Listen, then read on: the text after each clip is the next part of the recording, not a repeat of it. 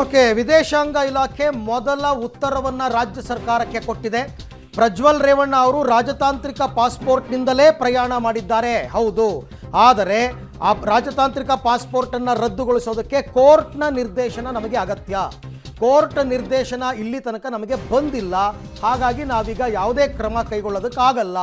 ರಾಜತಾಂತ್ರಿಕ ಪಾಸ್ಪೋರ್ಟ್ ರದ್ದು ಮಾಡೋದಕ್ಕೆ ಕೋರ್ಟ್ ನಿರ್ದೇಶನ ಬೇಕಾಗುತ್ತೆ. ಆ ಕೋರ್ಟ್ ಏನಾದರೂ ನಿರ್ದೇಶನವನ್ನು ಕೊಟ್ಟರೆ ಅವರ ಪಾಸ್ಪೋರ್ಟನ್ನು ರದ್ದುಗೊಳಿಸಿ ಅಂತ ಖಂಡಿತವಾಗಿ ನಾವು ಕ್ರಮ ಕೈಗೊಳ್ತೀವಿ ಅಂತ ವಿದೇಶಾಂಗ ಇಲಾಖೆ ಈಗ ರಿಪ್ಲೈ ಮಾಡಿದೆ.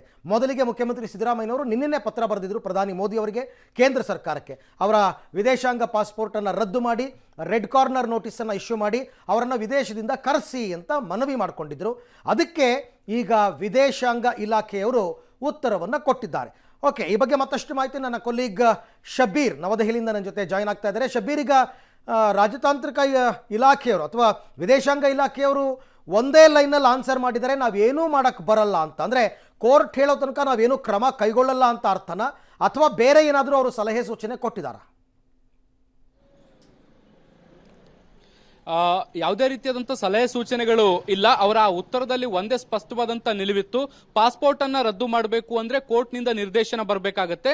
ಹಾಗಾಗಿ ನಮಗೆ ಈವರೆಗೂ ಕೂಡ ಯಾವುದೇ ನಿರ್ದೇಶನಗಳು ಬರದೇ ಇರುವಂತಹ ಹಿನ್ನೆಲೆಯಲ್ಲಿ ಪಾಸ್ಪೋರ್ಟ್ ಅನ್ನ ರದ್ದು ಮಾಡಲಿಕ್ಕೆ ಸಾಧ್ಯ ಇಲ್ಲ ಅನ್ನುವಂಥ ನಿಟ್ಟಿನಲ್ಲಿ ಉತ್ತರವನ್ನು ಕೊಟ್ಟಿರುವಂಥದ್ದು. ಬಹಳ ಮುಖ್ಯವಾಗಿ ಸಿದ್ದರಾಮಯ್ಯ ಅವರು ಪ್ರಧಾನಮಂತ್ರಿ ನರೇಂದ್ರ ಮೋದಿ ಅವರಿಗೆ ಡಿಪ್ಲೊಮ್ಯಾಟಿಕ್ ಪಾಸ್ ಅನ್ನ ಪ್ರಜ್ವಲ್ ರೇವಣ್ಣ ಅವರದ್ದು ರದ್ದು ಮಾಡಬೇಕು, ಈ ನಿಟ್ಟಿನಲ್ಲಿ ಗೃಹ ಇಲಾಖೆ ಮತ್ತೆ ವಿದೇಶಾಂಗ ಇಲಾಖೆಗೆ ನಿರ್ದೇಶನವನ್ನ ಕೊಡಬೇಕು ಅನ್ನುವಂಥ ನಿಟ್ಟಿನಲ್ಲಿ ಪತ್ರವನ್ನು ಕೂಡ ಬರೆದಿದ್ರು. ಇದೇ ವಿಚಾರ ಸಂಬಂಧಪಟ್ಟಂತೆ ಇವತ್ತು ಸುದ್ದಿಗೋಷ್ಠಿಯಲ್ಲಿ ಮಾತನಾಡಬೇಕಾದಂತ ಸಂದರ್ಭದಲ್ಲಿ ವಿದೇಶಾಂಗ ಇಲಾಖೆಯ ವಕ್ತಾರ ರಣಧೀರ್ ಜೈಸ್ವಾಲ್ ಅವರು ಕೂಡ ಪ್ರತಿಕ್ರಿಯೆಯನ್ನು ಕೊಟ್ಟಿರುವಂತದ್ದು.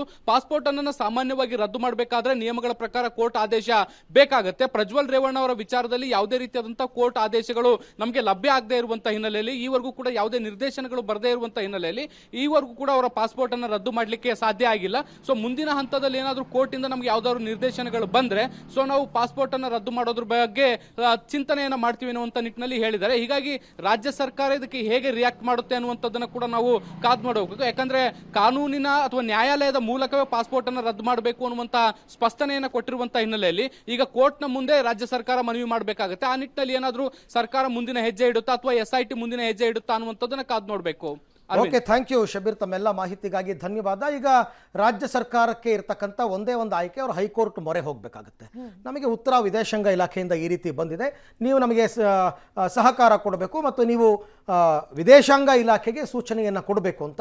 ಅದನ್ನು ಹೈಕೋರ್ಟ್ ಯಾವ ರೀತಿ ಪರಿಗಣಿಸುತ್ತೆ ಅಂತಕ್ಕಂಥದ್ರ ಮೇಲೆ ಈ ಪಾಸ್ಪೋರ್ಟ್ ರದ್ದತಿ ಅಂತಕ್ಕಂಥದ್ದು ನಿರ್ಧಾರ ಆಗುತ್ತೆ.